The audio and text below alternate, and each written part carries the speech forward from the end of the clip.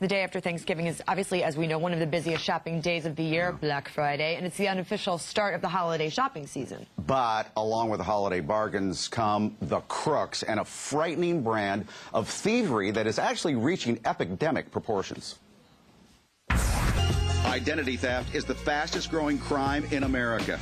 The Federal Trade Commission estimates 9 million folk fall victim every year, and 57% have had some form of their identities stolen. Names, date of births, and social security numbers can be taken from your mailbox, or credit card numbers ripped off on the phone or online. Victims can suffer through significant losses. Zeroed out social security accounts, inability to get mortgages, student loans or employment, and in some cases, inherited criminal records. I went to apply for unemployment.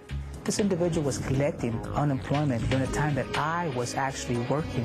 So they denied me. There's a flea market there in the area that actually started selling my Social Security card. Since most local police don't have the time or capability to track down the perps, seeking justice is often left up to the victims. They advised me that I had to go to every one of these cities and states where these crimes had been taken action at, where they were taken at, and that I had to file a police report there. The problem has become so pervasive. Last month, Illinois released a new driver's license with 2 photos to combat identity theft. But with the incidence of this crime on the rise, how can individuals protect themselves, especially at the holidays? Wait till you hear some of these stories. Wow. With us today is Jennifer Reiner. You will not believe who stole her identity. We're going to tell you in a second. And from Washington, D.C., Nicole Robinson, whose identity was stolen by a stranger thousands of miles away, who shares her same name. Well, sort of. There's like little tweaks there. But also with us is the author of The Safety Minute. He's the CEO of ID Theft Security, Robert Siciliano. Jen, can we start with Jen? Yeah, let's start with Jen. Because you are not going to believe who was stealing your identity. First of all, how'd you find out about it? It was around the holidays. This probably brings it all back for you around Thanksgiving, huh? Yes, it was just a little over a year ago. I got a call from my credit card company saying that somebody had charged over $6,000 on my credit card inside of a very short period of time. Ouch. Yes. And then you found out about a Yahoo account that was also opened up.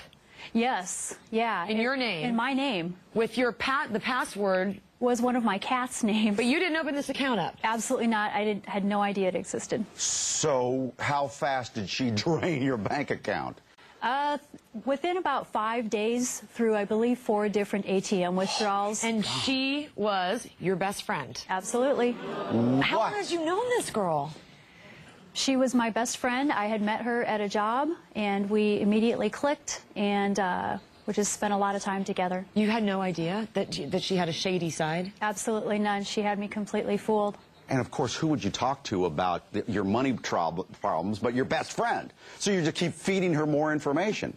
Yes, I was calling her upset every day in tears. She was giving me advice on what to do. Well, how'd she get your information in the first place? Well, she had a key to my place. She was my best friend. Oh. And we were together all the time, and so she had access to my purse to steal my ATM card. Do you think that she targeted you, like this was some long strategy to gain your trust or something like that? I don't believe so. I think she's just very sick and got herself into a situation where she had been fired from her job, and it just ballooned. I think it got out of control for her. So she had your bills, got in your mailbox and all that kind of stuff. So that's how she got this Social Security card? Or the number? Yes. Yeah, she had access to my home, and she lied to me one day and got my mail key to go get in my mailbox and intercept all of the American Express gift checks that she ordered online. Thousands and thousands of dollars. Yes. So you go to the police. Now, as she's been telling you, no, don't go to the police. She said her dad's a cop, and he was. Yes. And she said, no, I've talked to my dad. Don't go into the police. They don't care about this kind of stuff. Yes. It's small beans. Yes, she told me that her father called the sheriff's department, and they said that if I filed a report, it would be filed away in a cabinet and not really looked at. But then, didn't the cops show you actual ATM footage of this best friend taking your money? They did. Well, how do you respond to that? Look at her there. That's her. Unmistakably, everybody who sees that picture knows it's her. I couldn't believe it. I was in denial. Even then? Yes. My gut told me one thing, but I could not believe it. And this whole thing went to court. I mean, she was arrested. Yes. And what happened? She was prosecuted. She took a plea bargain from the DA's office, and that piece of it is done. Is she ill? Yes. That's the problem here. That is my belief, and the police also believe that. Let's get out to Nicole. Nicole had a situation. Nicole M. Robinson. That's your name. Yes. One day you get a call from the fraud department at Kay Jewelers, which is never a good sign. Tell us what happened. I got a call from the fraud department at Kay Jewelers, and they told me that a woman using my Social Security number had opened an instant credit account the night before. And then I subsequently found out that she had over $36,000 in accounts open in my name. Oh, my goodness. Now, so this is another Nicole Robinson, and Nicole A. Robinson? That's her Yes, middle her name initial? is Nicole A. Robinson. And who is she and where is she? She's in Texas. She worked at a mail-in pharmaceutical company that had my Social Security number in their databases.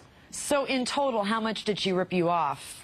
Well, the initial theft was $36,000, and then while she was under indictment, she opened another account of mine, and that was only $350.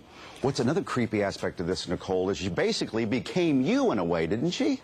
Yeah, what happened as a result was that our credit files were merged because she used my information so often, and I received a credit report that was 54 pages long, had 42 different names, 65 different addresses, and 170 accounts, most of which were in collections. But I think a lot of people, a lot of viewers wonder, why does it take so long? Why is it so difficult to straighten something like this out? Explain why it's so tough.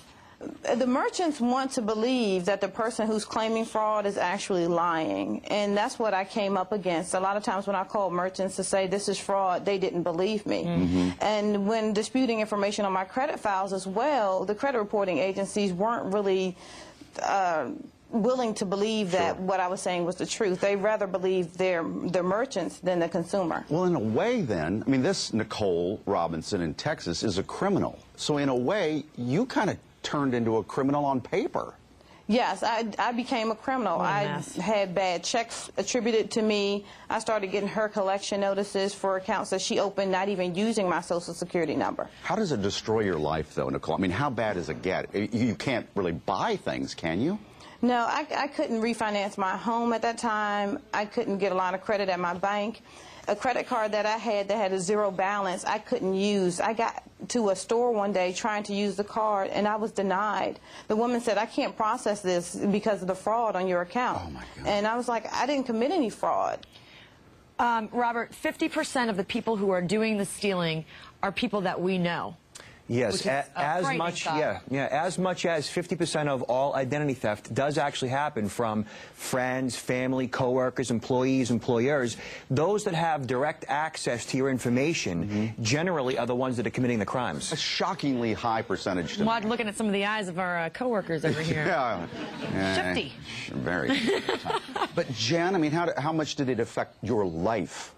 It was horrible. Your health even? Yes. I was exhausted. I was sleeping maybe 1.5 hours a night. I was so stressed out because I was under strict instruction by the police not to talk to this about anybody who knew her. Well, my entire life, everybody knew her. Boyfriend? Yes. It put a strain on my relationship with my boyfriend. He knew something was wrong, but I couldn't tell him, and because he was very close friends with her.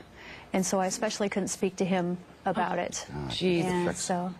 It seems, Robert, like a lot of this has to do with credit cards and getting credit card information. So should we just wipe away credit cards and just go with cash? Is that going to help? Actually, if you use cash, you become a different type of target. You know, if you have a whole wad of cash on you in a store, there are options that you have. There are companies that you can invest in that will monitor your credit. They will flag your credit. They will set you up so that anytime anybody tries to open up a new account under your name, they'll make it so that the merchant has to call you to verify that you are in fact you before that account can be opened under your name. Police officers all around the country are taxed with other types of crime. Is this something where the victim really has to take care of their own life here?